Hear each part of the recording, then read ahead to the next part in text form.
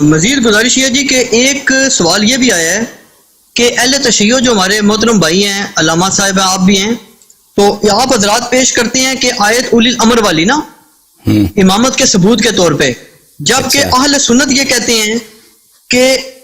جو علماء اہل سنت کے اور انٹرنیٹ ویب سائٹوں پہ بھی لکھا ہے کہ اس آیت سے تو آپ کے امامت محسوس من اللہ کے عقیدے کی ان کے نزدیک نفی ہوتی ہے، وہ ایسے ہوتی ہے۔ وہ کہتے ہیں جی کہ اس میں انجینئر صاحب کا بھی اس قسم کا قول ہے، مفتی سعد صاحب کی بھی ویڈیو موجود ہے، دیگر ویب سائٹوں پہ بھی موجود ہے۔ وہ کہتے ہیں جی کہ اس آیت میں یہ ذکر ہے کہ اللہ رسول کی اطاعت کرو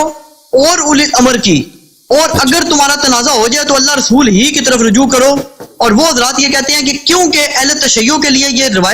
آیت جو ہے یہ بالکل بہت بڑا تھریٹ تھی، تو اسی وجہ سے اہل تشیع کا جو اخباری گروہ تھا اس نے اس قسم کی روایات پیش کی ہیں، اور وہ کہتے ہیں کہ ایسی روایات کا انبار ہے، ڈھیر لگا پڑا ہے اہل تشیع کی روایات میں کہ نعوذ باللہ من ذالک استغفر اللہ، یہ آیات ایسے نہیں تھی جیسے کہ اب موجودہ قرآن میں ہیں۔ یہ روایات میں نے انٹرنیٹ میں ویب سائٹوں پہ میں نے پڑھا ہے۔ آپ مجھے سمجھائیں، میں آپ سمجھنا چاہتا ہوں آپ سے کہ اس آیت میں مشکل کیا ہے شیعہ مذہب کے خلاف؟ اطیعوا اللہ واطیعوا الرسول واولی الامر منکم،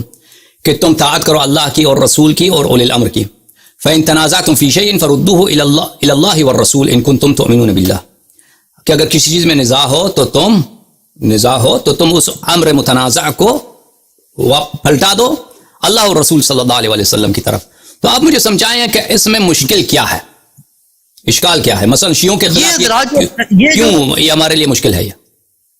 یہ حضرات یہ دلیل پیش کرتے ہیں، ان کے نزدیک یہ موقف ہے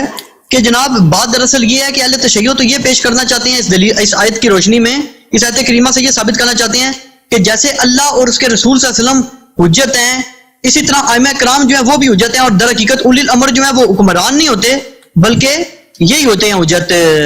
ائمہ کرام ہی حجت ہوا کرتے ہیں، معصوم ہوتے ہیں اور وہ غلطی سے پاک ہوتے ہیں۔ جبکہ آیت واضح کر رہی ہے کہ اگر تمہارا تنازع ہو جائے تو پھر تم نے اللہ رسول کی طرف جانا ہے۔ تو انجینئر صاحب بھی یہ کہتے ہیں، وہ کہتے ہیں جی کہ اس آیت سے واضح ہوتا ہے کہ اولی الامر معصوم نہیں ہوتا، بلکہ اس وقت کا جو بھی حکمران ہو وہ اولی الامر ہوتا ہے، اس کی اطاعت بھی واجب ہے، لیکن اس کی اطاعت اس وقت تک واجب ہے جب تک وہ اللہ رسول کی مخالفت نہ کرے۔ جب اللہ رسول کی مخالفت کر لے گا تو اس کو چھوڑنا پڑے گا۔ اور پھر یہ انٹرنیٹ ویب سائٹیں یہ کہتی ہیں کہ اگر اہل تشیع اس بات کو نہیں مانتے تو یہ ثبوت میں یہ روایت ان کو پیش کی جائے انٹرنیٹ کی ویب سائٹوں کے مطابق کہ آپ کے جو قدیم علماء تھے، بالخصوص اخباری علماء، وہ یہ بات کہا کرتے تھے کہ یہ آیت ایسے تھی ہی نہیں جیسے اہل سنت ہمارے خلاف پیش کر رہے ہیں، بلکہ اس میں نعوذ باللہ کچھ اور لکھا ہوا تھا۔ اور پھر کئی روایتیں انہوں نے پیش کی ہیں جن کا بھی صحیح ہیں۔ علی بھائی آپ مجھے ایک بات سمجھائیں، اس آیت میں یہ ہے واطیعوا اللہ واطیعوا الرسول واولی الامر منکم، طاعت کی بات ہے نا، کہ اللہ کی طاعت کرو، رسول صلی اللہ علیہ وسلم کی طاعت کرو اور اولی الامر کی۔ تو اس میں آپ جو کہتے ہیں کہ یہ مشروط ہے، طاعت اولی الامر مشروط ہے، مطلق نہیں ہے، تو یہ کہاں سے آپ نے نکال دیا کہ یہ مشروط ہے؟ اور آیت تو یہ کہہ رہے کہ اللہ کی طاعت کرو، رسول کی طاعت کرو اور اولی الامر کی، آپ کہتے ہیں اس میں مشروط ہے، مقید ہے۔ آگے جو بات آتی ہے نا تنازع ہو جائے، اچھا وہ تنازع جو ہو جائے، تو آپ مجھے بات بتائیں کہ اگر طاعت واجب ہے اولی الامر کی، طاعت واجب ہے اولی الامر کی، لیکن اگر تنازع ہو جائے تو اولی الامر کی طرف جانا حرام ہے؟ آیت کہہ رہی ہے کہ پھر اللہ رسول کی طرف جانا، تو ٹھیک ہے، آیت نے رسول صلی اللہ اور رسول کا ذکر کیا نا، تو لیکن اگر تنازع میں طاعت اولی الامر کی واجب، تو جیسے کہیں وہ اسی طرح اگر تنازع ہو جائے تو آپ ان کی طرف اگر پلٹیں، جیسے کہ اس آیت کریمہ میں ہے سورہ نساء میں فرمایا اعوذ باللہ من الشیطان الرجیم وَإِذَا جَاءَهُمْ أَمْرٌ مِّنَ الْأَمْنِ أَوِ الْخَوْفِ أَضَاعُوا بِهِ وَلَوْ رُدُّوهُ إِلَى الرَّسُولِ وَإِلَى أُولِي الْأَمْرِ مِنْهُمْ، کہ اگر کوئی ایسے خوف کی بات آ جائے یا امن کی بات آ جائے، اس کو نشر کرتے ہیں، افواہیں پھیلاتے ہیں، اسی کو اگر وہ پلٹا دیں، ارجاع دے دیں، اسی میں مراجعہ کریں رسول اور اولی الامر کی طرف۔ تو رسول اور اولی الامر کو قرآن نے ذکر کیا ہے، رسول یہاں پہ اللہ کو نہیں کہا، لیکن رسول اور اولی الامر کو کہا کہ اس طرف پلٹا دو۔ میرا سوال آپ سے یہ ہے، کیا لوگ آپ یہی کہتے ہو کہ اولی الامر کی طاعت واجب ہے، لیکن نزاع اگر ہو جائے تو نزاع میں اولی الامر کی طرف نہیں جا سکتے؟ کیا یہی کہتے ہو؟ یہ کوئی عاقل یہ کہہ سکتا ہے کہ طاعت واجب ہے لیکن تنازع میں نہیں جا سکتے؟ یہ کہتے ہیں کہ اطاعت اس کی واجب ہے، لیکن کیونکہ وہ قرآن کے مطابق اولی الامر غیر معصوم ہے، وہ حکمران ہے دور کا، وہ معصوم نہیں ہے، تو پھر کیسے رسول کے مخالف غیر معصوم ہے؟ نہیں مانو گے آپ؟ کہاں آیت پڑھی کہ غیر معصوم ہے؟ یہ تو یہ دلیل بھی تو نہیں چاہیے بات کے لیے۔ اللہ نے جب مطلق حکم دیا، دیکھو وہ اطیعوا اللہ واطیعوا الرسول واولی الامر منکم، کہ تم طاعت کرو اللہ کی، رسول کی اور اولی الامر کی طاعت کرو، اور یہ نہیں کہا کہ تم اولی الامر کی اس وقت طاعت کرو جب وہ فراڈ نہ کریں آپ سے، آپ کو حرام کی طرف نہ، یہ تو نہیں کہا، اور یہ بھی نہیں کہا کہ اولی الامر غیر معصوم ہوتے ہیں، یہ بھی تو نہیں کہا، مطلق کہا کہ وہ طاعت کرو۔ میں نے سنا آپ کے علماء کہتے ہیں کہ کیونکہ اس میں اطیعوا کا تکرار نہیں ہے،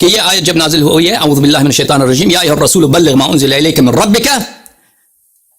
عبداللہ بن مسعود فرماتے ہیں ہم آیت اس طرح ہم پڑھتے تھے رسول پاک صلی اللہ علیہ وسلم کے زمانے، یا ایھا الرسول بلغ ما انزل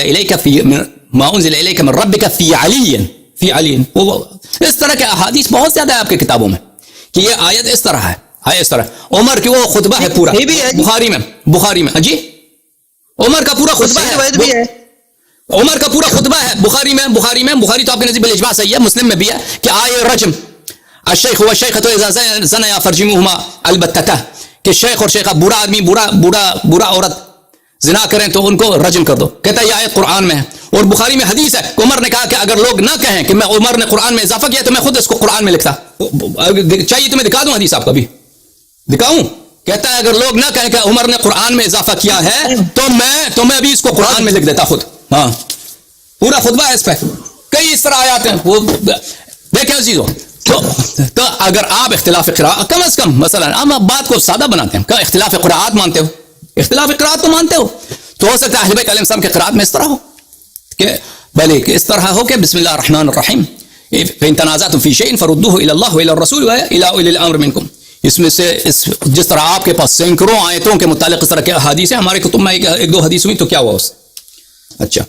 اہل سنت بھی اس قسم کی بات کہتے ہیں جی اختلاف قراءت والی، یہ بھی آپ کو میں بتا دوں، آپ کے علم میں ہوگا ویسے۔ جی ہاں اختلاف قراءت تو مشہور ہے، اور بتاؤ جناب۔ اچھا اگلا سوال یہ ہے جناب کہ جو کل آپ نے بات فرمائی تھی نا جگیر فدق سے متعلق، اچھا آپ نے ایک بات کا جواب آپ نے نہیں دیا، میں آپ سے جواب نہیں مانگتا لیکن میں آپ سے پوچھنا یہ چاہتا ہوں کہ آپ کے ذہن میں یہ کیا بات ہے کہ دیکھیں کہ اگر طاعت واجب ہے اولی الامر کی لیکن نظام ہے اس کی طرف نہیں جا سکتا، یہ کوئی کہنے والی بات ہے؟ نہیں وہ یہ کہتے ہیں جب جھگڑا ہو تو اولی الامر کے پاس نہیں جائیں گے، کس کے پاس جائیں گے بھائی؟ اگر نزاع ہو جائے تو اولی الامر کے پاس کس کے پاس جائیں گے؟ ہاں اللہ تو زمین پہ نہیں ہے نا کہ اللہ کے پاس جائیں، رسول بھی تو زمین پہ نہیں ہے، تنازع ہو تو اولی الامر کے پاس جانا جس کی طاعت واجب ہے، حکم تو ہے نا جی۔ ٹھیک ہے، اللہ کو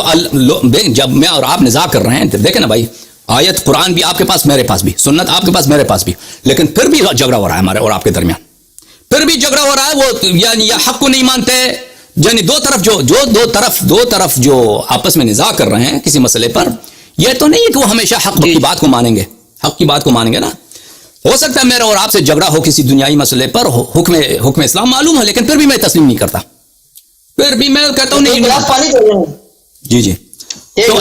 اس طرح اگر نزاع ہو جائے تو اولی الامر کے پاس جانے کے علاوہ کوئی چارہ ہی نہیں ہے۔ اور جناب فرمائیے۔ اچھا میں جو آپ کی بات سمجھوں نا، آپ یہ فرما رہے ہیں علامہ صاحب، آپ یہ فرما رہے ہیں کہ تنازع لوگوں کا آپس میں ہو جائے، جو انجینئر محمد علی مرزا جیل میں صاحب کی بات مجھے سمجھ آئی ہے، شاید مجھے غلط سمجھ آئی ہو، وہ یہ کہہ رہے ہیں کہ تنازع ہوا اس وجہ سے ہے کہ اولی الامر کوئی ایسا حکم دے رہا ہے جو قرآن حدیث سے ٹکرا رہا ہے کیونکہ وہ غیر معصوم ہے۔ دیکھیں قرآن نے تو یہ نہیں کہا نا، یہ سب تو ان کے اجتہادات ہیں، وہ اپنے انسان جیب سے قرآن میں اضافہ کر دے تو بہت کچھ اضافہ کر سکتا ہے۔ قرآن نے تو کہا کہ اطاعت کرو، اور یہ کوئی شرط قید نہیں لگایا، قرآن نے تو کوئی قید و شرط نہیں لگایا کہ بھائی اگر اولی الامر معصوم نہیں ہوتا، وہ قرآن کے خلاف حکم دے تو تم اس وقت تنازع ہو جائے تو تم اس کی طرف جاؤ۔ اللہ یہ سب آیت میں نہیں ہے، یہ آیت میں نہیں ہے، یہ ان کے اپنے اجتہادات ہیں۔